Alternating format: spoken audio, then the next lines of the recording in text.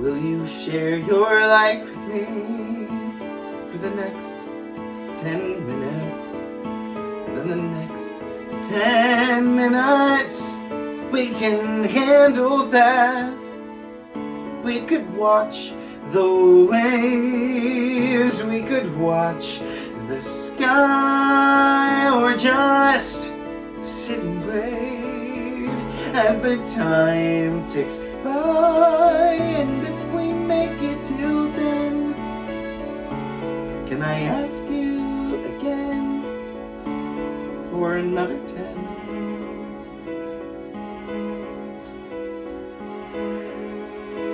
And if you in turn agree to the next 10 minutes, and then the next 10 minutes till the morning comes, then just holding you might compel me to ask you for more.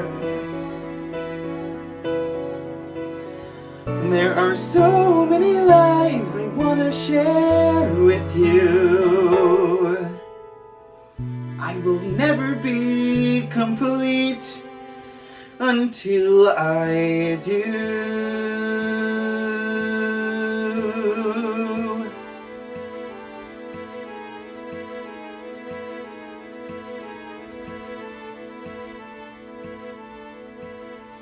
I am not always on time.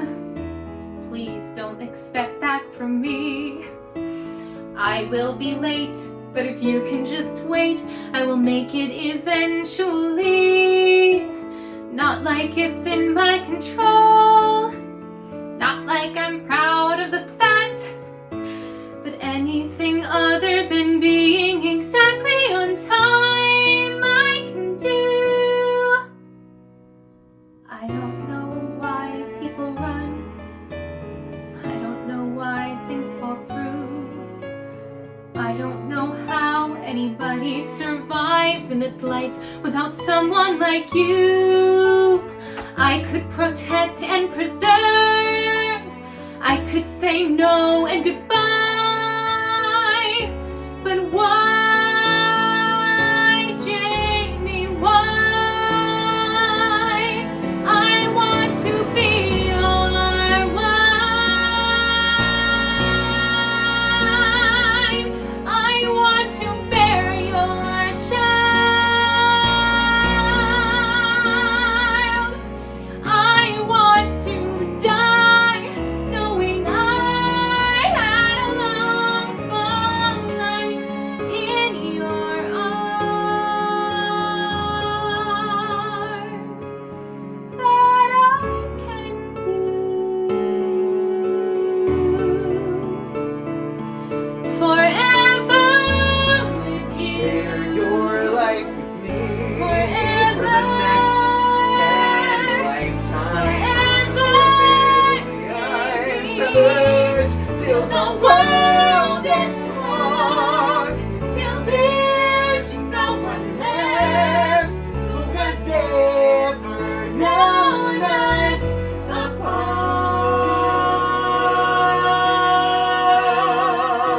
apart.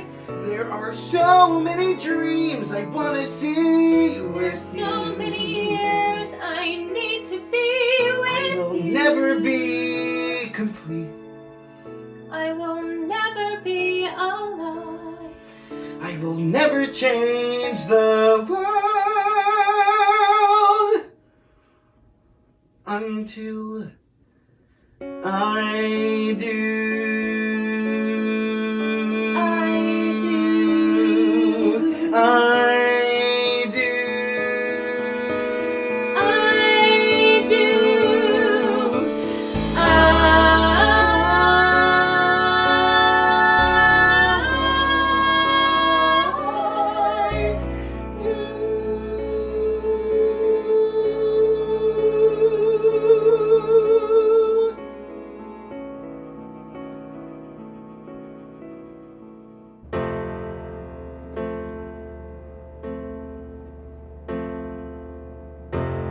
It's not simple to say.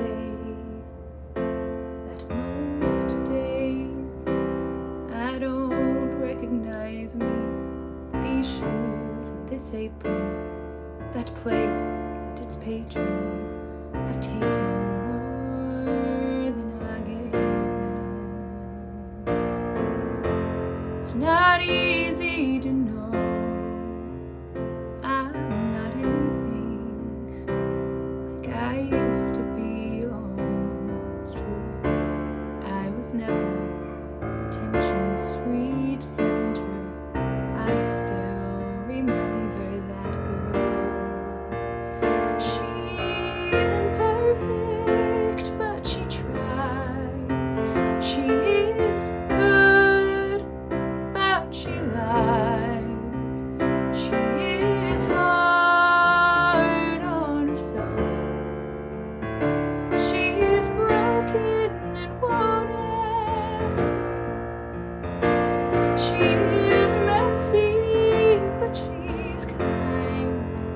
She is lonely most of the time. She is all of this mixed up and baked in a beautiful pie.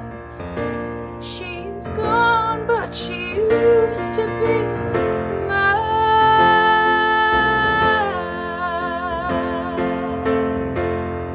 And it's not what I asked for. Sometimes life just slips in through a back door and carves out a person that makes you believe it's all true. And now I've got you, and you're not what I asked for. If I'm honest, I know I would give it all back for a chance to start over and rewrite an ending or two for that girl that I knew who was reckless just enough, who gets hurt but who learns how to toughen up when she's bruised and gets used by a man who can't love.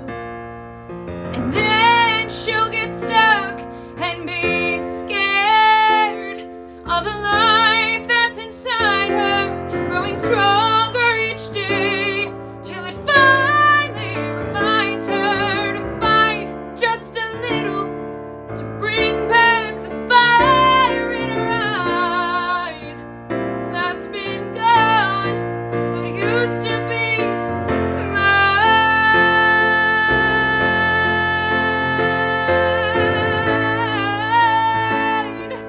Oh, it used to be mine.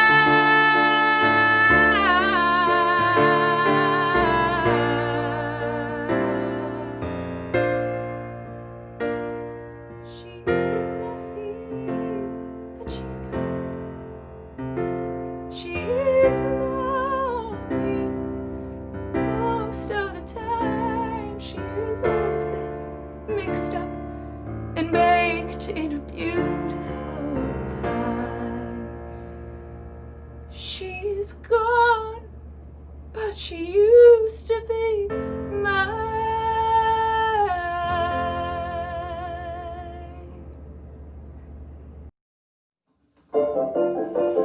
Bed, I couldn't go to bed. My head's too light to try to set it down. Sleep, I couldn't sleep tonight. Not for all the jewels in the crown. I could have danced all night. I could have danced all night and still have begged for more. I could have spread my wings and done 1,000 things I've never done before.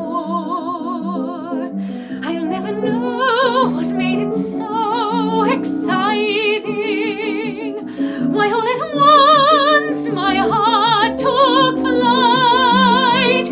I only know when he began to dance with me.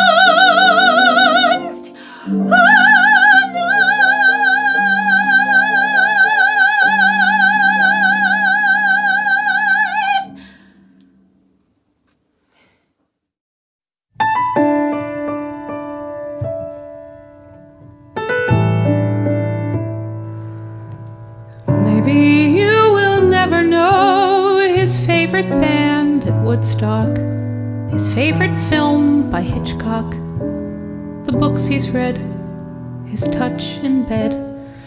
You may never wake up to his homemade cheese frittata. There's not a lot of things you can claim, 'cause it's only a first date. It's far from a lifetime, no investment, so there's no return. You can laugh at his jokes, but you won't meet his folks, 'cause it's only a first date. Maybe we will never ride the rapids in a kayak or bicycle through Nyack, share a view, a Netflix queue. Maybe we will never get to see who wins at ping pong, or someday have a song of our own, 'cause it's only a first date. A few hours that flew by, though it felt as if there might be more to come. No real memories shared, don't pretend that he can't. Don't be fooled by the stars that lit the sky. Was it the light in his eyes? By now it should come as no surprise that life doesn't go as planned. Still, it was good to hold his hand, and maybe you'll forget how reassuring were his kisses. It's easy to dismiss the whole night, 'cause it's only an hors d'oeuvre. It's hardly an entree, but it kind of dulls the hunger for a while. You'll forget by next week, but remember his smile. For it's only a dance, it's only a meal, it's only a guy. So come on, get real. There's no chance in hell that he feels what you feel, 'cause it's only a first date, nothing more.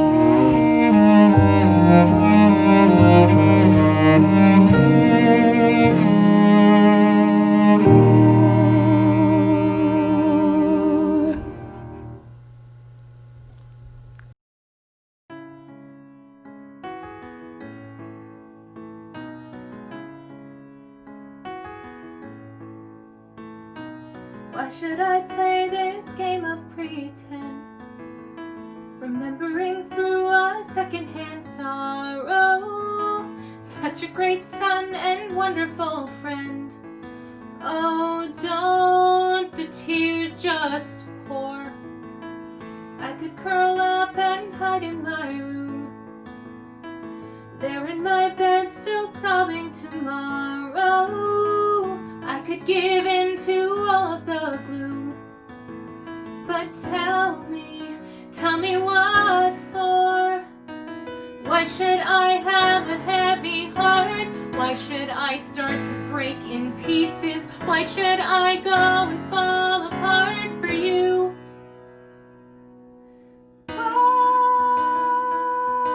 should I play the grieving girl and lie, saying that I miss you and that my world has gone dark without your light? I will sing no requiem tonight, 'cause when the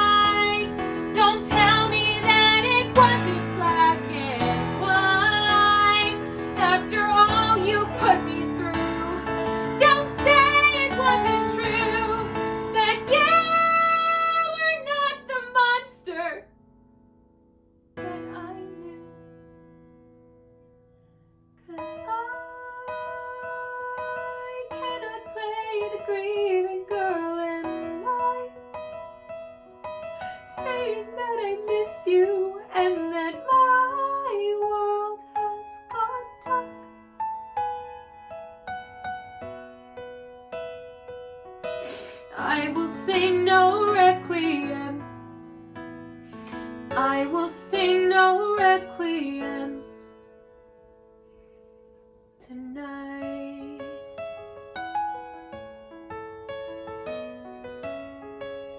Oh.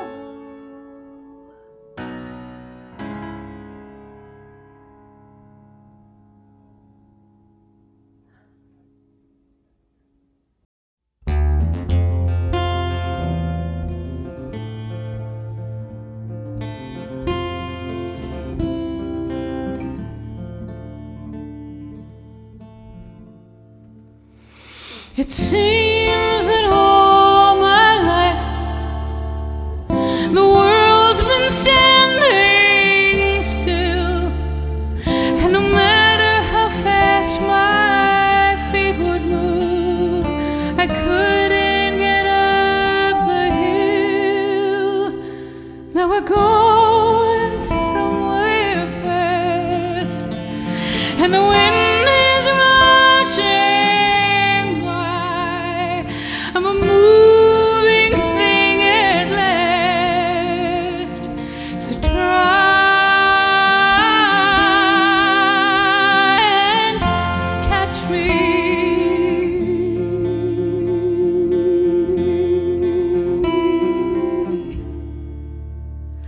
I wake up every day and the sun shines on my face, and you gotta believe me when I say it sets in a different place, 'cause we're going somewhere fast, and the stars move in the sky. My world is rushing past, so try and catch me. I never want to disembark. All of these waters lead us by. I love the water, I'm a shark. If I stop moving, I'll die. So I'm moving very fast down the river, he and I. But if he thinks his line is cast, then I say try and catch me. Try and catch me. Try and catch me.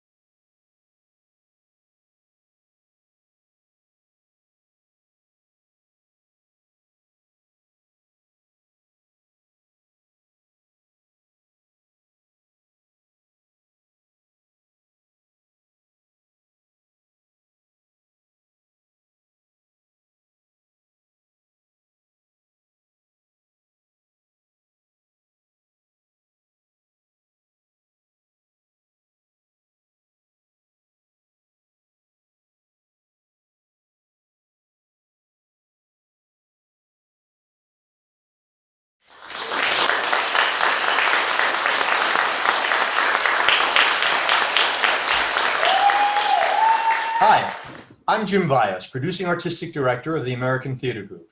And I'm Michelle Pock, Board Chair of American Theater Group. We'd like to welcome you to ATG's first virtual gathering. We hope that we will see you next year in person during our 2021 season and our spring benefit. Before we start our evening, we do need to acknowledge what's going on in our country and around the world. American Theater Group has always stood behind the aims of the Black Lives Matter movement. And in the days to come, we're going to redouble our efforts to reach out to those underrepresented voices in our community.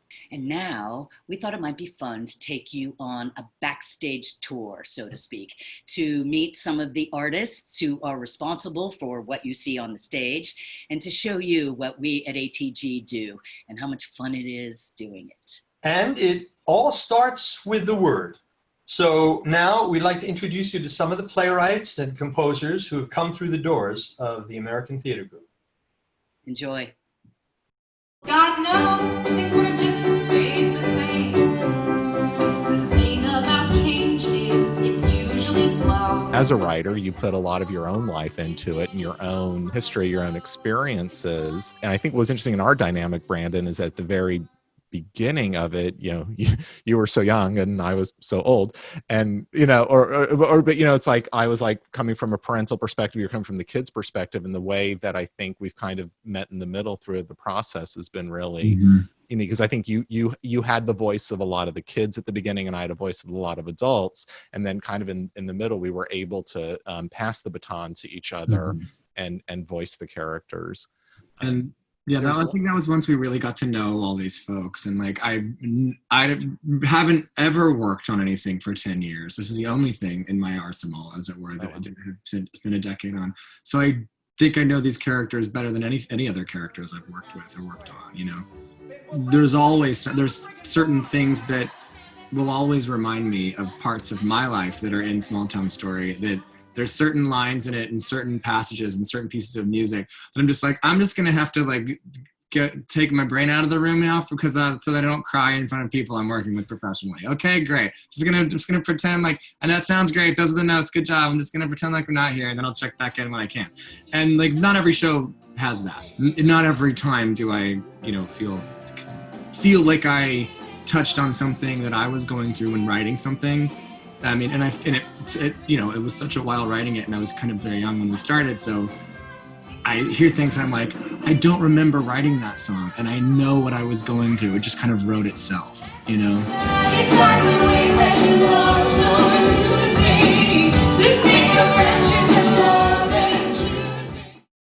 When I'm adapting an existing play, that's the most fun in the world, because the heavy lifting has been done. Because writing a song as part of a scene is in a sense no different than being an actor. And it's just that my acting tools just come through the voice and through melody and through rhythms. You're putting your own being and your own unique set of experiences that you've had in your life into that situation in a virtual way. And so that's that kind of inspiration. When I'm creating book as well as music and lyrics, I'm doing that first job first, then another part of my brain kicks in. And then I'm putting myself in that situation. I've given myself an idea. I keep pointing to the couch behind me. I've given myself an idea over there, but then I sit and I'm right in front of my keyboard. But once I get here, I am very free with what the guy over there wrote, and making sure that it reads true for me, or I find a little piece of music that I feel is right for it, and then I adjust what had been begun over there. Then I go back over there and make sure that it is all sound and saying, what I think, and then I come back over here again. And that's kind of my process. Making a new play is a lot about figuring out the story that you meant to tell when you went to the page the first time. So usually I show my scripts to really trusted directors who I've built a relationship with for many years, to the point where I know that they understand my voice and what I'm trying to get at, and also just frankly how I like to receive feedback. And after that step in the process, it's usually time to bring in some actors. They can tell me where they think they're telling a story that I don't think is the story that we're trying to tell. Actors are really, in a longer reading process or a workshop process, are invaluable to me for that, as is the director, whose job is, of course, to do the whole story. And, you know, it's a lot of rewriting and being brave enough to do rewrites that probably won't work at first. I'm going to be really honest, like, and that doesn't sound as scary as it actually is. It's weird how you have to be brave enough to ask actors to work with something that isn't finished yet. And it's weird because I feel like everyone in the process feels that way. Like, no actor, I bet actors are up there being like, oh, I'm not there yet, and I can't believe I'm just saying this like this because I haven't done the work yet. And directors are like, oh God, I put her behind the chair. I put her behind the chair again. Why do I do that? You know, having the bravery to show up with, you know, a project that we're all still working on is a brave ask. But it's necessary. Mississippi trouble always brings you down. Quiet. I always start like diving right in and having some characters talk and getting their voices before I make the full outline, because that kind of colors how that's going to go. No, and then your dialogue is so brilliant. I mean, you're such a brilliant dialogue writer. Well, you're welcome. That isn't in the Bible. Well, it should be. Well, what it does say, don't overstay your welcome. Well, where does it say that? I'll show you in the kitchen. Now, come on with me. I have to tell you this, Jim. I loved working with you, and I loved working with the organization, but I really love my coffee mug. And if you want to send another, I'll be more than happy to have two. I love the coffee mug. I came in late, so I never got a mug. You did too. You had one. No, you didn't. No, because I came in late to the process. Oh, you came in so late. When I got there, by the time I got there, all the mugs had their labels on them with everybody else's names. But you don't drink coffee. I don't drink coffee. So. At our home there's food and fun, 'cause when folks are family, that's just how you do. But I remember I was sitting up in the front, second or third row pews, and at the end of the show, when the clapping was done, I turned around and saw people that were absolutely devastated. And I went, oh, we've done our job. We did what we were supposed to do. We made people feel in a very strong way. And that there's an image of a woman sitting in the pew just crying, and it's seared into my brain, you know. And there are people that I would have to comfort after performances of the show, which I'm amazed at. But we did our job. We did a good job on that. Come and follow me. Come follow me. Come follow me. Come follow me. He took my sins on Calvary. He took my sins on Calvary. He took every sin I had in me. He took every sin I had in me. Come and follow me. Come follow me. Come follow me. Come follow me. Come follow me.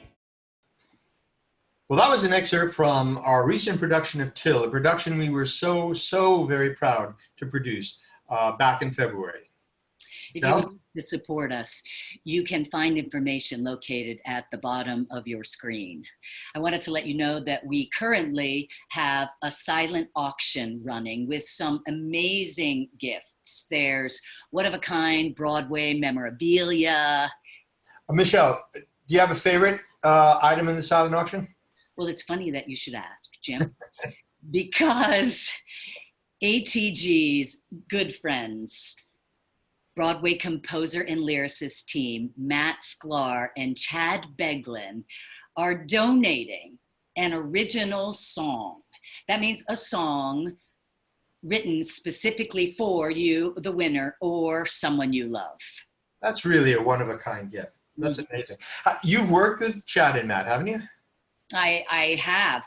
I wanted to let people know that in case you don't know who they are the composer lyricist team of The Wedding Singer, The Elf, and most recently Broadway's The Prom. But yes, Jim, if I remember correctly, you and I worked with them about 1,000 years ago. Yes, yes, indeed. It was their first show that they had ever written. Very first show. Oedipus Private Eye. Oedipus Private Eye. Kind of a satire, a film noir, and the lovely Michelle Polk starred in it. And I remember one of my favorite memories is one of the moments in the show was not working, and so we took a lunch break, and Chad and Matt came back after the lunch break with an entirely new song, new music, new lyrics. These guys are truly astounding and talented. So another way that you can support American Theater Group is to donate. And we have a donor who's agreed to match up to $6,000, dollar for dollar, your donation tonight. So please, please consider donating. It's going to go twice as far in helping American Theater Group. So back to our program. Now, you can have the words of an author, but you need someone to make those words come alive with a vision. And then you need someone to make that vision tangible. And to help explain that, here are some of ATG's directors and designers. You are stuck in a rut. Get off your butt. It's time for you to see. You gotta get that woman. Let that woman set that woman free. Girl, you gotta get that woman. Let that woman set that woman free. The things I look for when I decide if I want to work on a piece, I have to love something about how the play serves humanity. In some way, I have to feel that when the audience leaves the theater, they are going to be better people than they were when they came into the theater. And then the last thing is I like to work with good people, fun people. I know that you and I, Jim, when we were talking about this project, the one rule is we want everybody that we work with to be a joy to work with. And that's kind of my general philosophy. It's just so hard. It's so scary. You want to be with people that you can grow to love. Those perfect words. I guess I should state that my philosophy in directing is much like my philosophy in life, which is everything is kind of a battle between love and fear. And when I can manage to show more love than fear in a situation, that always makes me happy. The only thing I want to do with each actor is have them understand the simple concept that vulnerability is strength.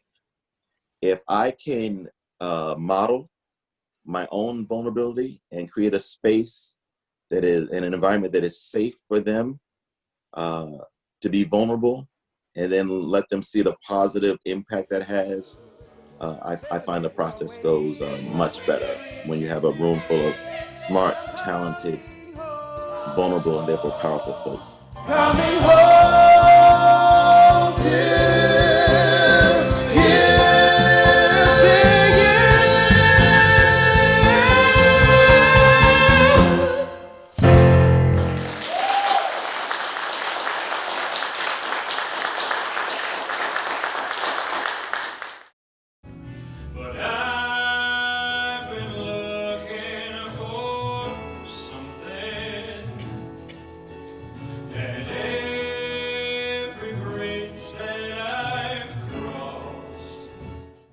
Well, I developed my concept and my vision based on what I read in the script, what ideas pop into my head right away as I'm reading it. Sometimes I'll get ideas immediately that I feel could help me to tell the story in a way that isn't the typical way that someone else may have done it.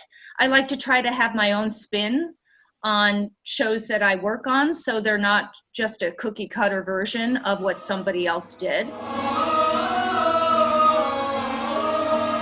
My version of Bridges differed from the original in that I used choreography, which wasn't really used on Broadway. I also incorporated what I like to call the Wizard of Oz effect, in that I wanted to use the contrast between a world of black and white sepia tone versus a very colorful world. So Francesca's world, Francesca being the main character, I wanted to play with the idea of her world with Bud Johnson, her husband, which was very black and white sepia tone, versus her world with Robert, which was very colorful. And I wanted to play with the idea of the colors slowly seeping into her world the more she and Robert became close and fell in love.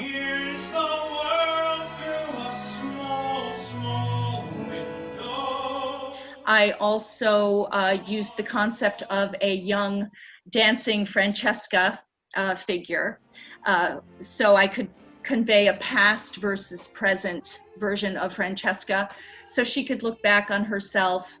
I could do like flashback, almost flashback movies, movie cinematic kind of work with a young Francesca being portrayed through dance.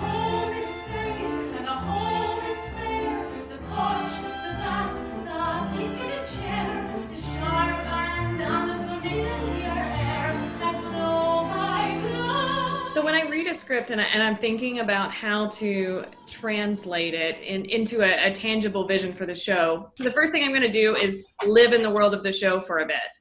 And then very soon I have to start thinking about what are the practical realities of creating this world, right? What is a machine that best serves the play? Where are we? When are we? How does that inform the characters and their decision making?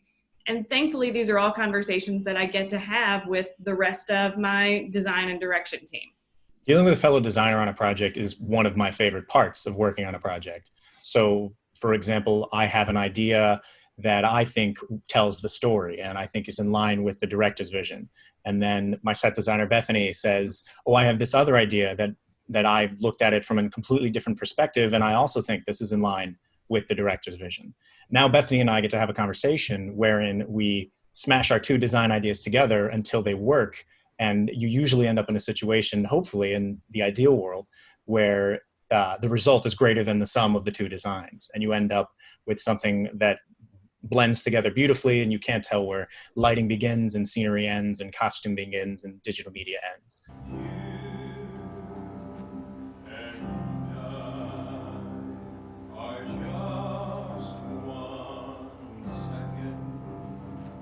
And the final moment in Bridges of Madison County was Francesca, the lead character, having this moment in front of the bridge of Madison County, the Roseman Bridge in particular, having this moment with a letter from her lover who had recently passed, and sort of going back in her memory and remembering the time they spent together at that bridge. And Moretta, our director, had this beautiful idea of seeing that image again, because the actress had a small prop that she held in her hand, but in order to inform the audience and really bring them into that moment, we really wanted that image up so that all could see it. And there was a beautiful idea, and this truly speaks to the idea of collaboration, because I'll be damned if I can remember whose idea it was. It might have been Jim's, it may have been Bethany, it may have been Moretta, I don't honestly remember, it may even have been mine. But the idea came about that that image of her would sort of start in that overly colored, saturated chromatic world, and then fade to that sepia tone of her memory, and then blow away as dust in the wind. And it feels, when you do it right, it feels inevitable, right? It almost feels like you've arrived at an answer and there couldn't have possibly have been another answer, right? And the logic, rational part of my brain goes, no, you could do the show 100 different ways. But the artist that lives in my brain goes, absolutely not. This is absolutely the correct answer. This is the only way the story will ever be told. And it's, it's perfect. It's inevitable. It's perfect. What this team has created on stage is absolutely right.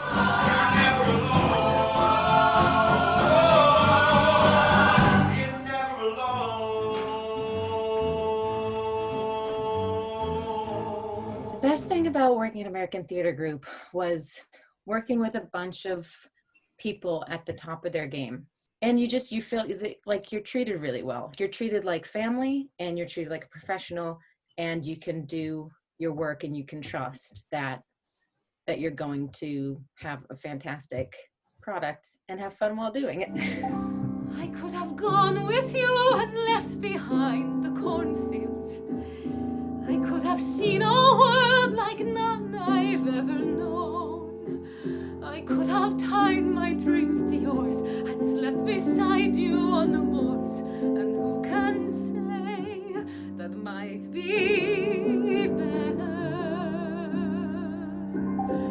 I could have not been where my children turned for answers, and never seen what they've become now that they're grown. And what I did is that I loved, and the love is always better. It is hard, it is insane to place one love above another. But what a choice, and what a gift, and what a blessing. I could have never known that love like this existed. But then you kissed me and you left, and then I knew. But what is true is that we loved, and that I loved, and that I love, and I will always love.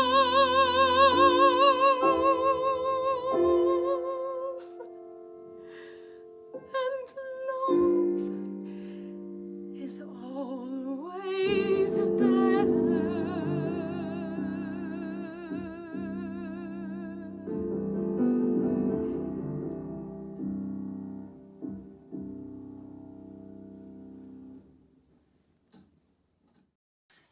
Oh, what a beautiful performance, now and then.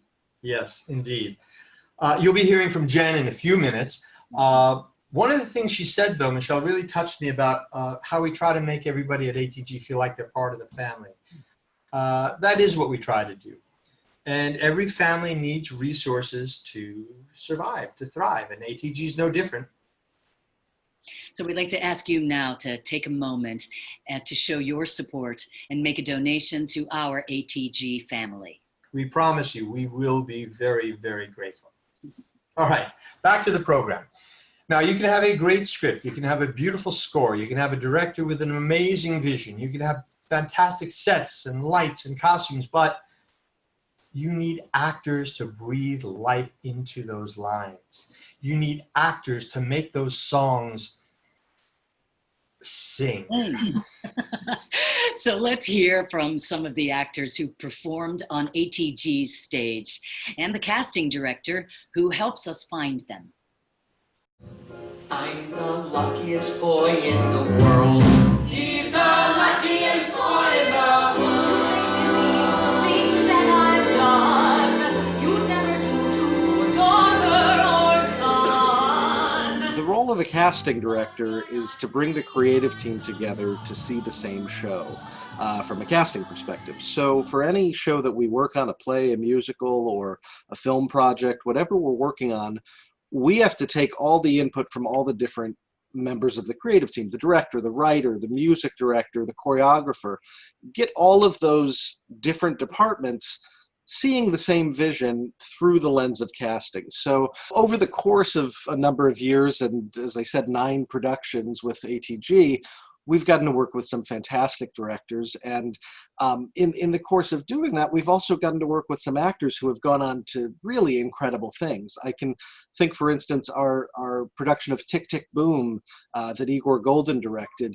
That cast included Michael Lowoye, who went on to play Hamilton on Broadway, and it included Shannon O'Boyle, who went on to do Kinky Boots the next year, then Nicholas Park, who was wonderful and has gone on to great things as well. It was really an exciting group, just 3 actors, but they really brought that show to life, and the audiences, the New Jersey audiences that got to see them there, would have had to spend a lot more money to see them on Broadway a couple years later. So I think that that's something that we really pride ourselves on at ATG, is the ability to show you this exciting next generation of artists. Many cases, people who have already done Broadway shows and done, national tours and big regional theater credits, and are in between jobs, but then in some cases you're seeing people who this might be their first job on their way to their big Broadway debut. So we really enjoy the opportunity to present New Jersey audiences with an exciting array of up-and-coming talent who assuredly will be going on to huge things in years to come. There's a place that's kind of special where it's hard to wear around. Little town that's in the south, I think you ought to come on down. So being a part of new works is incredible. One new work that I was a part of just recently was the piece about Emmett Till, called Till, actually. And it's interesting when you do a piece that's really based off of a real person's life. Now, I knew about Emmett Till from the time I was a kid. Why? Because in the African-American community. Now, my parents never said, you better not date no white girl. They never told me that, right? They never said that to me. But I do remember conversations saying, really don't look a white woman in the eye. I do remember those conversations as a kid. And that was, in Newark. It was real. The riots happened, 68, I think, in Newark. So my parents moved from Newark to Irvington after the riots, because the riots tore everything up, but it was real. And it was one of those situations that started because of police brutality. Familiar thing. So anyway, the Emmett Till story was very, very compelling. Take a boy ride when you're busy, doesn't cold down and money, up money, come on down. And it was about Emmett Till's, nice music, and the audition process didn't work out for me, but because they seen some stuff online and things like that, they said, okay, well, we'll hire you. I was like, cool, let's make it happen. Now, when you do that, they're taking a chance because they don't know me as a person, first of all, right? They hear, right? But you don't really know. And what my vibe is like, what my energy is like, if I'm really going to vibe with the other cast members, if the director's actually going to like me, you know what I mean? You have all those thoughts sometimes. But anyway, it kind of worked itself out, which is great. Everybody was really great. The director was wonderful, Caesar, who was really great and intuitive and sensitive. It was very nice to work with an African-American male who was very proud of himself, proud of his work.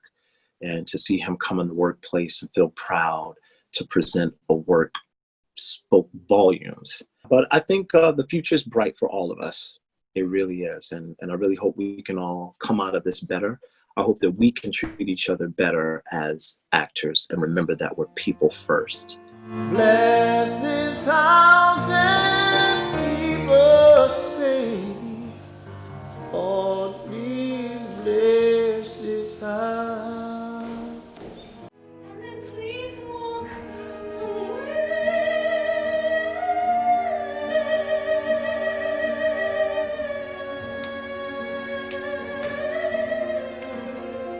I'm approaching a role, I like to read the script beginning to end, and as I go, I'll make notes about what the character says about themselves, what other characters say about the character I'm playing, and just kind of note those as I go. And then I just kind of try to think, how does this relate to something I've experienced in my own life? Or if it's not something I've experienced in my own life, what might it be like for me to be in that position? And then I go from there. and collaborate with my castmates and director and see what we can create together.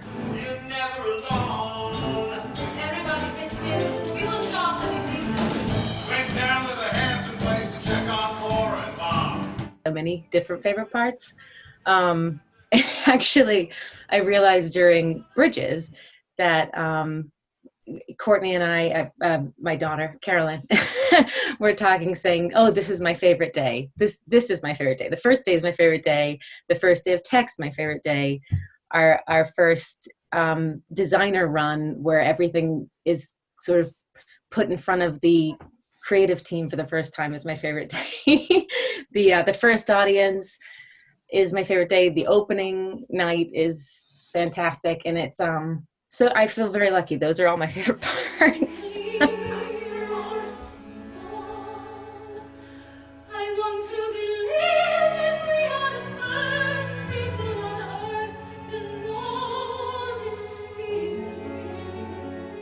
Things would have been so different if Mr. Ford just chose another show. God, no, things would have just stayed the same. The thing about change is it's usually slow. What's my process in approaching a role? Well, it depends on the role. It depends if it's a new work or if it's something that exists already or if it's something based on a historical character. So for example, when I played Mary Magdalene, I did a ton of research and read like all the books and all the literature and everything I could find on Mary Magdalene before I then did a little like picking and choosing to figure out which pieces I wanted to use for my Mary Magdalene. But for something like Alex in Small Town Story, I think with her, I kind of developed her physicality first. So I thought about the ways that she might move her body, the way she'd walk, the way she'd sit. She was kind of uncomfortable with herself. So there was a lot of stuff with her hands in her pockets. So it depends on the role. Sometimes I approach it from an intellectual side, and other times I approach it from kind of a physical feeling state. The best directors that I've worked with and the things that I really look for in my favorite directors are really collaborative people who look at their actors and value their actors' intelligence. Eddie, who was on Small Town Story, was an incredible actors director. I mean, we broke down every scene and did it a ton of different ways and trying different speeds and different intentions. And those are the really exciting moments in a rehearsal for an actor, is when you're really like digging in and using all of the tools in your toolkit to craft the role and the show.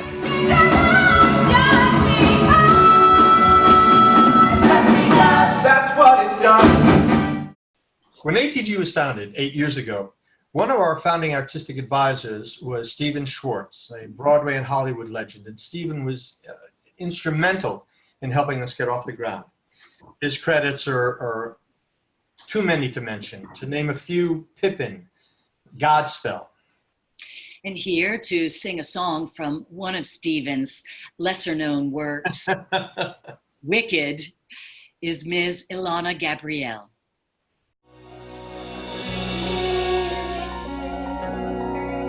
My future is unlimited, and I've just had a vision almost like a prophecy. I know it sounds truly crazy and true, the vision's hazy, but I swear someday there'll be a celebration throughout us. It's all to do with me.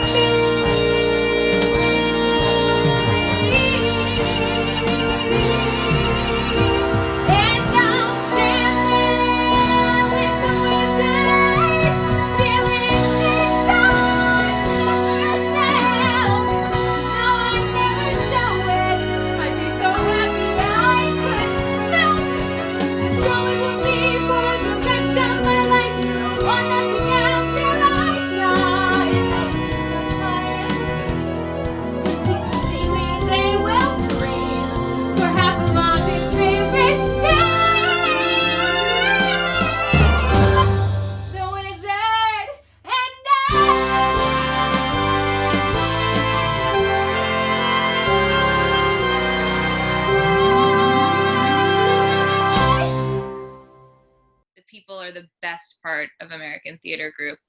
And I think it starts at the top and it trickles down. It's the law of attraction. Great people attract great people. So our entire team for Small Town Story, it was just a magical collaboration, from Jim to the director to music director to the whole group of us actors to the writers, stage management. Everyone was just wonderful and who've become lifelong friends, and it was truly a joy to get to work with everyone. What a performance. I loved how Alana said great people attract great people. That's what we try to do at ATG. And Jen's comment got me thinking about her favorite parts of the process. Michelle, you've been in the business for a while. Do you have a favorite part of the process? Oh my gosh, there's so many, right? There's that first initial table read, which usually happens the first day of rehearsal and nobody knows everybody and is super nervous. Like the first day of school. Very much so, actually. There's the Zitz probe. Do you know what a Zitz probe is, Jim? Oh, of course. Yeah, I know. But our viewers may not. Oh, yes. So that is... It's actually a German word, right? And it is the first day that the actors step into the room after a musical has been orchestrated. And so that everybody collectively stands in a room and gets to hear that score, like full of different instrumentations. Gives me chills just thinking about it, actually. And maybe costume fittings. That might be costume fittings. Yes. Why? Well, because certain pieces of clothing or a wig or jewelry or shoes can inform choices that I end up making as an actor. Huh, interesting. All these different parts of the process. Well, you, dear viewer, can be a witness to that process. You can be in the room where it happened. One of our silent auction items is an invitation to take part of the process, to be an observer, starting from the very first day of auditions to the first rehearsal, to the dress rehearsal, and to opening night and the post-show party with the cast. So check out our silent auction for that and many other items. Jim? Yeah? Curious, what do you love about theater? Oh, we only have a few minutes. I could go on all night. One of the things I love most, though, one of the things that separates theater from all the other types of performance arts like film or television is the unpredictability. I love the fact that every rehearsal is different. Every performance is sometimes subtly and sometimes majorly different. You never know. You can never truly predict what's going to happen in theater. And next, we do have 3 people to share their experiences with that unpredictability. We have ATG's co-founder, Rick Sordelay, and 2 actors who are now established, but got their start on Broadway as understudies. What a fight director does is asks a lot of questions at first so that we can create a seamless transition from the storytelling to the fight world or the intimacy world and then back into the storytelling. So it just feels like one arc. Another kind of fun thing that happened that I was also very proud to watch a fight director in action is when we directed, I directed Three Musketeers for Shakespeare Theater New Jersey a year ago. It was Ken Ludwig's version. In Ken's version, D'Artagnan has a sister named Sabine. So the young lady, Andrea Morales, who was playing Sabine, was simply walking down the stairs, rolled her foot, and little did we know she had fractured her foot. So she had to leave the show, and that night we had to cancel the show. So Christian, my son, was doing all the fight direction for Three Musketeers. He did a great job. He had so many sword fights, and each sword fight was better than the last. So what he did, in order to replace the fight that the Sabine played in, we had to take her out, and he put the Three Musketeers against the bad, evil milady, and the Three Musketeers and D'Artagnan fought against her. She used a bullwhip, a dagger, and a sword versus Four Musketeers. It was fantastic, and they put it all together in one night.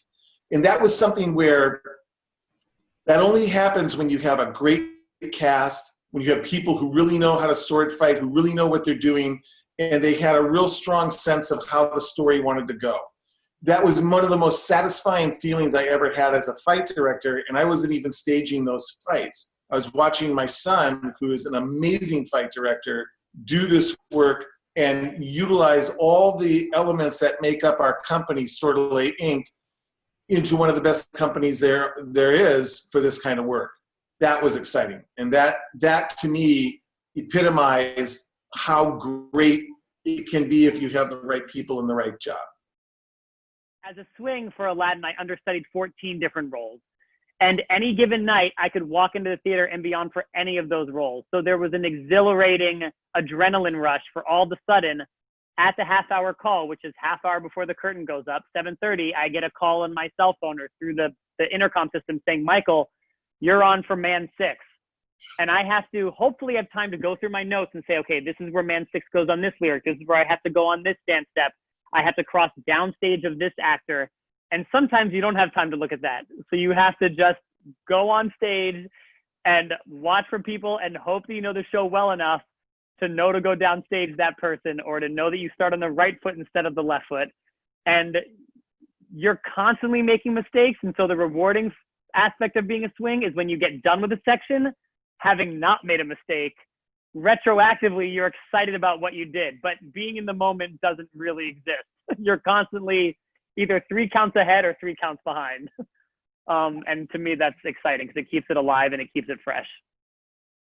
The biggest, the most difficult thing about being an understudy is not knowing when you're going to go on, which is also the most freeing thing, because once you know the show and once you like really know the show like the back of your hand, you're always constantly going to be you're at your most spontaneous state ever as an actor. So it's a really incredible thing to experience. It's terrifying at times, especially when, you know, you haven't been on in a while and you get comfortable. And so that is the most difficult thing. I've talked to many other understudies who have been thrown in the same bag where they've never gotten rehearsal, but they had to go on. So it's an incredible feeling. It's exhilarating, but terrifying, but rewarding, very rewarding. Wow, the last person you just heard from was Josh Dela Cruz. Josh is a young man I worked with many years ago, and he got his Broadway start by being the understudy for the title role in Aladdin. I didn't know that. Yep. And Josh has now gone on to, well, fame. He is the star of the current television show Blue's Clues. Now, if you have a young person in your family that watches that show, go to our silent auction, because Josh Dela Cruz has graciously agreed to go on a Zoom conference call with that special young person in your life. So if you have a son or daughter, or niece, nephew, grandson, grandchild, go to the silent auction and bid to have them talk to the star of their favorite TV show. They will have bragging rights for years and years to come. What an amazing gift during the time of COVID. I'll say. Yeah, I think it's pretty cool. Well, ATG's mission, part of it, is to serve and to nurture young artists and audiences of tomorrow. And we're very pleased to announce tonight the start of a new initiative. The American Theater Group is announcing our ATG Play Lab, where we will be providing opportunities for playwrights, especially playwrights from the BIPOC community. And we're going to be nurturing and mentoring these up-and-coming artists from a woefully underrepresented part of our community. So stay tuned for more in the days to come. And when it comes to members of our community who are inspiring tomorrow's theater artists, we can think of no better people than our 2019 benefit honorees and recipients of our New Works, New Voices Award, Bethany Pettigrew and Trisha Ben. Bravo, ladies.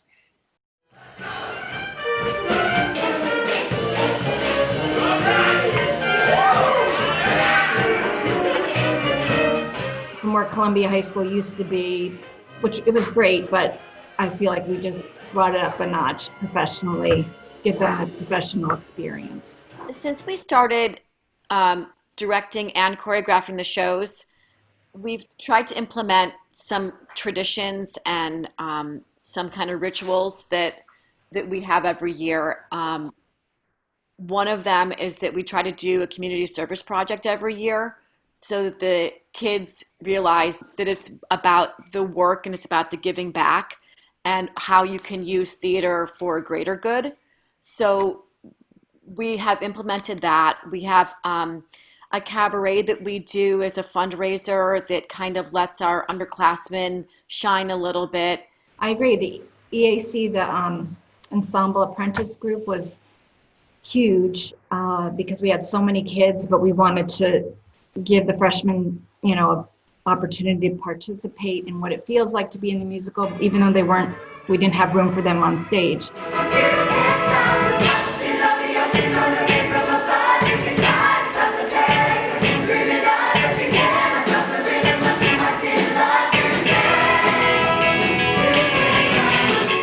We try to choose the show every year based on some of the kids we know will be coming back and what might make the most sense for the group that we have.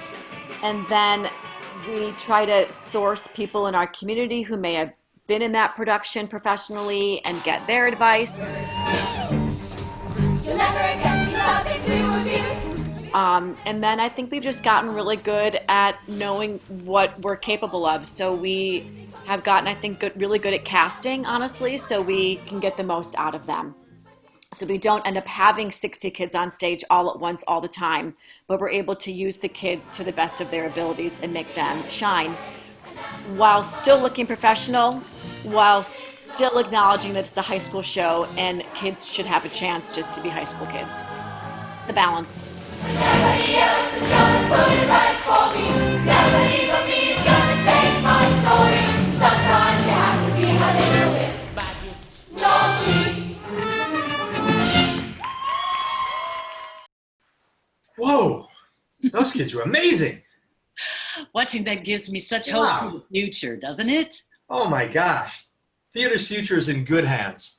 Speaking of the future, American Theater Group is proud to announce that tonight we're announcing that our next season, 2020-21 season, is going to be taking place at the brand new state-of-the-art, beautiful Ziemensky Theater in Basking Ridge. You'll be hearing more about it in the months to come, but well, we wanted you guys to be the first to know. The community got to see some of our people just who live locally, which is awesome. A lot of times people are coming to the city to see us and really sacrificing financially.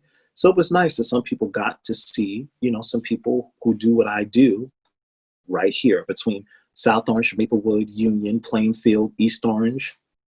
At the end of the day, the thing that really matters about theater, the only thing that I can't speak for any other artist, but that I measure myself against is did the story work? Like, can I see the audience actually being moved by what we did? And if you have that right, I think that you have basically 92% of it right. And I think the only way to know that is from a production. We hope you enjoyed this evening and actually learned a little bit about ATG, what it is that we do, and how joyful and collaborative of a process it is.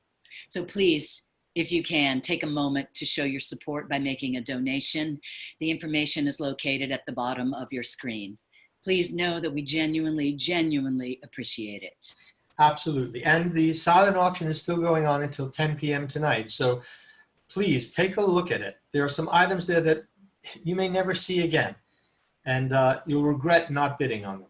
And every penny of the auction goes to the American Theater Group. And now, drumroll please, to conclude tonight's evening, we want to give the final word to one of ATG's advisory board members. She's a stellar member of our community, a star of television, film, and a two-time Tony Award winner. So thanks for watching. Thanks for supporting ATG, and we'll see you next season. Good night. Stay safe. Hi, I'm Christine Ebersol. I hope you're enjoying this wonderful look behind the curtains as much as I am. As a longtime New Jersey resident, I am so very pleased to speak about the American Theater Group and the importance of quality, live, local professional theater. ATG is a theater company all of us can be proud of. They produce first-rate work right in our own backyard and are an important incubator for new plays and musicals. Not only that, they are passionately dedicated to working with young artists and audiences to ensure that theater's future stays alive and vital. I know you care about the quality of life in our community, so I hope you'll consider becoming a supporter of their work by donating during this evening's gala. No amount is too small or too large, and everyone at ATG will be enormously grateful for your support. And by the way, next year I am happy to announce that ATG will be honoring me at their 2021 Spring Gala.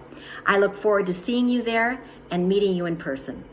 In the meantime, thanks for supporting ATG, and here's hoping you and your family are safe and healthy in the days ahead.